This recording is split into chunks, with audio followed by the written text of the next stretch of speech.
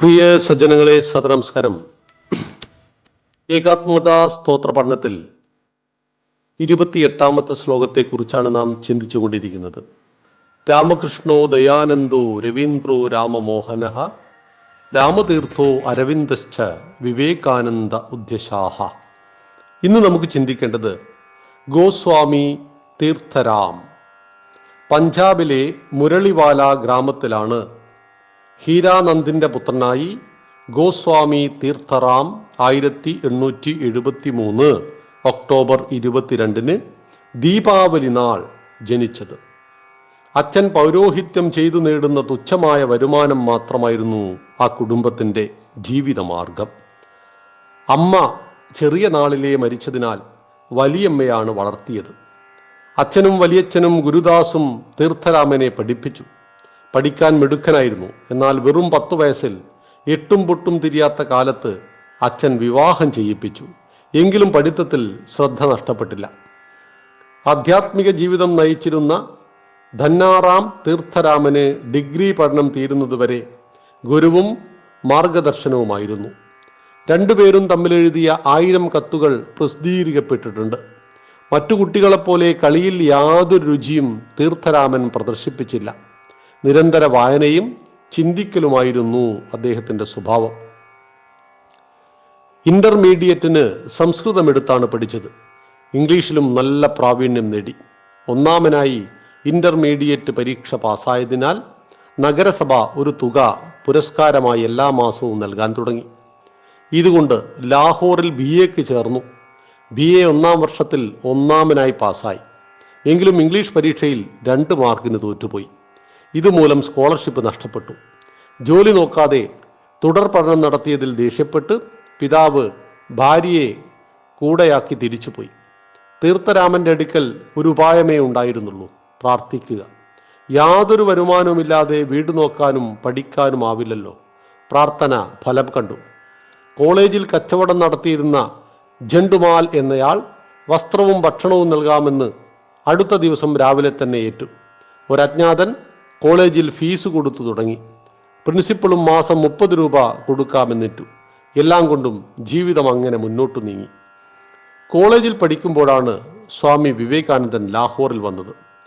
പ്രഭാഷണം കേട്ട് കോരിത്തരിച്ച തീർത്ഥരാമൻ തൻ്റെ പോക്കറ്റിലെ പേനയെടുത്ത് വിവേകാനന്ദ സ്വാമികളുടെ പോക്കറ്റിലിട്ടു. വിവേകാനന്ദ സ്വാമികൾ അത് തിരിച്ചിട്ട് ഇതവിടെ തന്നെ ഇരിക്കട്ടെ എന്ന് പറഞ്ഞു. തീർത്ഥരാമൻ പഠിത്തത്തോടൊപ്പം എഴുത്തും തുടങ്ങി. 19ാമത്തെ വയസ്സിൽ സ്വർണ്ണപ്പതക്കവും സ്കോളർഷിപ്പും പട്ടും നേടി സർവകലാശാലയിൽ നിന്ന് ഒന്നാമനായിട്ട് BA പാസ്സായി. MSc ഗണിതത്തിലും ചേർന്നതിനൊപ്പം അവിടെ തന്നെ പഠിപ്പിക്കുവാനും തുടങ്ങി. ഇക്കാലത്ത് തൻ്റെ ആരോഗ്യം നന്നാക്കാൻ അദ്ദേഹം തീരുമാനിച്ചു. നല്ല വെളുപ്പ് നിറവും ഒഴുക്കുള്ള ശരീരവടിവും സുന്ദര മുഖവുമൊക്കെ ഉണ്ടായിരുന്നെങ്കിലും തീരെ ഫലമില്ലാത്ത മെലിഞ്ഞ ശരീരപ്രകൃതമായിരുന്നു തീർത്ഥരാമൻ്റേത്. വ്യായാമത്തിന് ദിവസേന 45 കിലോമീറ്റർ നടക്കലായിരുന്നു അദ്ദേഹം തിരഞ്ഞെടുത്ത മാർഗം. വേഗം തന്നെ ഇതിൻ്റെ ഫലം കിട്ടി. ശരീരം കരുത്തുറ്റതായി തീർന്നു. വെയിലും മഴയും മഞ്ഞും കൊണ്ട് നിശ്ചയദാർഢ്യത്തോടെ അദ്ദേഹം നടന്നു. തൻ്റെ 24-ാം വയസ്സിൽ ലൗകിക ജീവിതം വെടിയുവാൻ തീരുമാനമെടുത്ത തീർത്ഥരാമൻ ലാഹോറിൽ തന്നെ സത്സംഗം തുടങ്ങി. വളരെ വ്യാപകമായി അധ്യയനം നടത്തിയ അദ്ദേഹം വിവിധ മതഗ്രന്ഥങ്ങളിൽ മനുഷ്യ നന്മയെ ലാക്കാക്കി മഹാന്മാർ എഴുതിയ കാര്യങ്ങൾ യുക്തിവിചാരം ചെയ്ത് കാലഘട്ടത്തിന് അനുസരിച്ചുള്ളവയെ തിരഞ്ഞെടുക്കണം എന്ന് അഭിപ്രായപ്പെട്ടു. നന്മ എവിടെ നിന്നായാലും സ്വീകരിക്കുക എന്നാണ് എൻ്റെ മതം എന്ന് അദ്ദേഹം ഉപദേശിച്ചു. ഹിമാലയത്തിൽ തീർത്ഥയാത്ര ചെയ്ത അദ്ദേഹം ഗുഹകളിൽ താമസിച്ച് തപസ്സു ചെയ്തു. ഗംഗോത്രിയുടെയും യമുനോത്രിയുടെയും ദുർഘട താഴ്വാരങ്ങൾ അദ്ദേഹം നടന്നു കയറി. അവസാനം 1898 ഋഷികേശിനടുത്ത് ബ്രഹ്മപുരിയിൽ വെച്ച് അദ്ദേഹത്തിന് ആത്മജ്ഞാനം ലഭിച്ചു. തന്നിൽ നിന്നും ഒരു ഉജ്ജ്വല പ്രകാശം സൃഷ്ടിയിലെങ്ങും പരക്കുന്നതായി അദ്ദേഹം ദർശിച്ചു. അതിനുശേഷമുള്ള അദ്ദേഹത്തിൻ്റെ പ്രഭാഷണങ്ങൾ ഊർജ്ജസ്വലങ്ങളായിരുന്നു. ഉത്തരാഖണ്ഡിലും കാശ്മീരിലും പഞ്ചാബിലും കറാച്ചിയിലുമൊക്കെ അദ്ദേഹത്തിന് വൻ സ്വീകരണങ്ങൾ നൽകപ്പെട്ടു. വാക്കുകളിലെ ഊർജം ശ്രോതാക്കളെ കോൾമേർ കൊള്ളിച്ചു. അദ്ദേഹത്തിന് ആയിരക്കണക്കിന് അനുയായികളുണ്ടായി.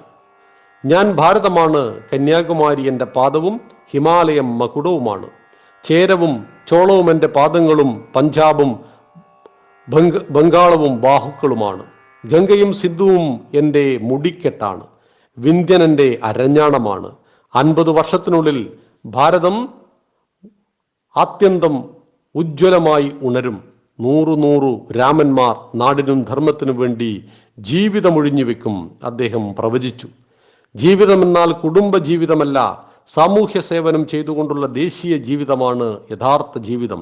അദ്ദേഹത്തിൻ്റെ ഇത്തരം പ്രഭാഷണങ്ങൾ ജനങ്ങളെ ഉണർത്തി. അലിഫ് എന്ന ഒരു ഉറുദു പത്രം അദ്ദേഹം തുടങ്ങി. തൻ്റെ നൂതനാശയങ്ങൾ അതിലൂടെ അദ്ദേഹം പ്രചരിപ്പിച്ചു. അദ്ദേഹം തൻ്റെ ജോലി വിടുകയും ഭാര്യയും 2 കുട്ടികളുമായി ഹരിദ്വാറിലേക്ക് താമസം മാറ്റുകയും ചെയ്തു. ഒരിക്കൽ വഞ്ചിയിൽ ഗംഗാനദി കടക്കുകയായിരുന്ന തീർത്ഥരാമനും കുടുംബവും ഇളയ മകന് ന്യൂമോണിയ ജ്വരം മൂത്തിരിക്കുന്ന സമയം ഇവനെ ഒന്ന് ഗംഗാ സമർപ്പണം നടത്തട്ടെ എന്ന് തീർത്ഥരാമൻ ചോദിച്ചു. ഭാര്യ സമ്മതം മൂളി. മറ്റു യാത്രക്കാരെല്ലാം വീർപ്പടക്കിയിരിക്കവേ കുഞ്ഞിനെ 2 കൈയിലും പിടിച്ച് ജലത്തിൽ മുക്കിയെടുത്തു. തിരിച്ചെടുത്ത കുഞ്ഞ് പൂർണ്ണ ആരോഗ്യവാനായി മാറി. അക്കരെത്തിയ രാമൻ ഭാര്യയോടും മക്കളോടും കയ്യിലുള്ള എല്ലാ വസ്തുക്കളും ആഭരണങ്ങളും പൈസയുമെല്ലാം ദാനം ചെയ്യാൻ പറഞ്ഞു. ദാനം ചെയ്ത് മുന്നോട്ട് നീങ്ങിയതും സ്വാമി രാമനാഥൻ എന്നയാൾ മുന്നോട്ട് വന്ന് എല്ലാ മാസവും 10 രൂപയ്ക്കുള്ള ധാന്യം തീർത്ഥരാമനും കുടുംബത്തിനും കൊടുക്കാൻ തൻ്റെ അനുയായികളോട് പറഞ്ഞു. ദൈവമാണ് തൻ്റെ ജീവിതത്തിൽ ആലംബം എന്ന് വീണ്ടും രാമൻ തെളിയിച്ചു. ഇന്ദ്രിയ നിയന്ത്രണമുണ്ടെങ്കിൽ ആവശ്യങ്ങളെല്ലാം ദൈവം കണ്ടറിഞ്ഞ് നടത്തിത്തരുമെന്നായിരുന്നു അദ്ദേഹത്തിൻ്റെ സിദ്ധാന്തം. അദ്ദേഹം ഉത്തരകാശിയിൽ എത്തിയ ശേഷം ജീവിതം ഒരു പ്രത്യേക രീതിയിലാക്കി മാറ്റി. ഈശ്വരപ്രേമം മൂലം സാധാരണ പെരുമാറ്റം തീർത്തും അസാധ്യമായി. അമ്മയെ പിരിഞ്ഞ പശുക്കുട്ടിയെപ്പോലെ അങ്ങുമിങ്ങും പാഞ്ഞു നടന്നു. ഓം എന്നുറക്കെ പറഞ്ഞുകൊണ്ട് ഏത് കൂരിരുട്ടിലും കൊടുങ്കാട്ടിലും മഞ്ഞിലും മഴയത്തുമൊക്കെ അദ്ദേഹം നടന്നുകൊണ്ടിരുന്നു. തൻ്റെ മക്കളുടെയും ഭാര്യയുടെയും സുരക്ഷയെ കരുതി തങ്ങളെ വീട്ടിലയക്കണമെന്ന് ഭാര്യ തന്നെ ആവശ്യപ്പെട്ടു. അവരെ പഞ്ചാബിലേക്ക് അയച്ചു. പിന്നീട് അദ്ദേഹത്തിൻ്റെ കൂടെ ഉണ്ടായിരുന്നത് സ്വാമി നാരായണൻ എന്ന ശിഷ്യൻ മാത്രമായിരുന്നു. അക്കാലത്ത് അദ്ദേഹം സന്യാസം സ്വീകരിച്ച് സ്വാമി രാമതീർത്ഥൻ എന്നറിയപ്പെട്ടു. സ്വാമി രാമതീർത്ഥന്റെ മഹാത്മ്യം കടറിഞ്ഞ ടിഹരി നാട്ട് രാജാവ് അദ്ദേഹത്തെയും സ്വാമി നാരായണനെയും ജപ്പാനിൽ നടക്കാനിരിക്കുന്ന സർവമത സമ്മേളനത്തിന് അയച്ചു. അവർ 2 പേർക്കും പങ്കെടുത്ത സമ്മേളനത്തെപ്പറ്റി രേഖകളൊന്നുമില്ല. എന്നാൽ സ്വാമി രാമതീർത്ഥൻ നിരവധി സർവകലാശാലകളിൽ ആദരിക്കപ്പെട്ടു. അദ്ദേഹത്തിൻ്റെ പ്രായോഗിക വേദാന്തം എന്ന വിഷയത്തെക്കുറിച്ച് വളരെ പ്രശസ്തമായ രീതിയിലുള്ള സംസാരം നടന്നു. തനിക്ക് ചുറ്റുമുള്ളവരെ സ്നേഹിച്ചാലേ മുഴുവൻ പ്രാണികളെയും ചലിക്കുന്നത് ഒരേ തത്വത്തിൻ്റെ പ്രേരണയാണെന്ന് മനസ്സിലാക്കുവാൻ സാധിക്കുകയുള്ളൂ എന്ന് അദ്ദേഹം ഉപദേശിച്ചു. പൂരൻ സിംഗ് ജപ്പാനിൽ വെച്ചാണ് സ്വാമിജിയെ കണ്ടതും ശിഷ്യനായി മാറിയതും. സ്വാമിജിയുടെ ചിന്തകൾ പൂരൻ സിംഗ് അച്ചടിച്ച് ജപ്പാനിൽ വിതരണം ചെയ്തു. ജപ്പാനിൽ നിന്ന് സ്വാമി നാരായണനെ ബർമ, ശ്രീലങ്ക, ആഫ്രിക്ക, യൂറോപ്പ് എന്നിവിടങ്ങളിലേക്ക് അയച്ച സ്വാമിജി അമേരിക്കയിലേക്ക് പോയി. സ്വാമി വിവേകാനന്ദന്റെ പ്രവർത്തനത്തിന് തുടർച്ചയായി മാറി സ്വാമി രാമതീർത്ഥന്റെ യാത്ര. ഏതാണ്ട് എല്ലാ സർവകലാശാലകളിലും അദ്ദേഹത്തിന് സ്വീകരണം നൽകി. അമേരിക്കയിൽ അദ്ദേഹം നടത്തിയ പ്രഭാഷണങ്ങളും എഴുതിയ ലേഖനങ്ങളും പഠന ശിബിരങ്ങളിൽ എടുത്ത പാഠ്യവിഷയങ്ങളും ചേർത്ത് പല ഭാഗങ്ങളായി in the wood of God realization എന്ന ഗ്രന്ഥം പ്രസിദ്ധീകരിച്ചു. ഭാരതീയരോട് അദ്ദേഹം സംസാരിച്ചത് ദേശഭക്തിയെ പറ്റിയായിരുന്നു.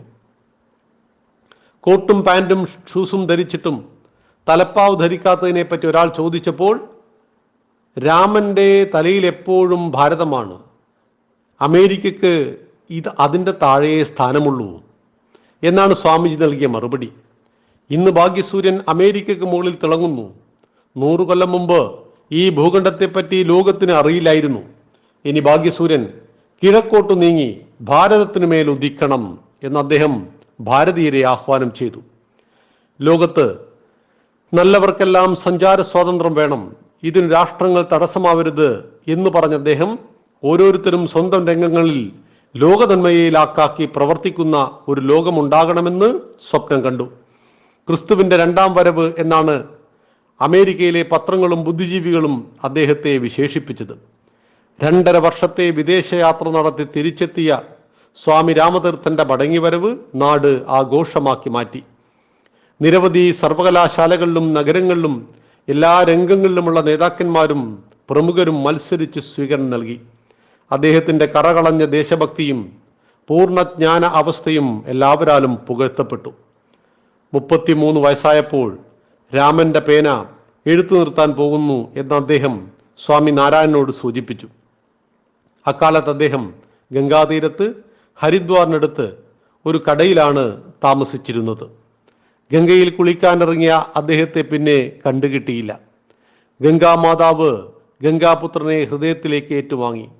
അങ്ങനെ 33-ാമത്തെ വയസ്സിൽ 1906 അപ്രത്യക്ഷനായ അദ്ദേഹത്തിൻ്റെ അനശ്വരത ലോകം ഇന്നും ഓർക്കുന്നു. ഈ മഹാത്മാവിനെ ഏകാത്മദാ സ്തോത്രത്തിലൂടെ നാം നമസ്കരിക്കുന്നു. നാളെ മഹർഷി അരവിന്ദനെ കുറിച്ച് നമുക്ക് ചർച്ച ചെയ്യാം. നന്ദി, നമസ്കാരം. വന്ദേ മാതരം.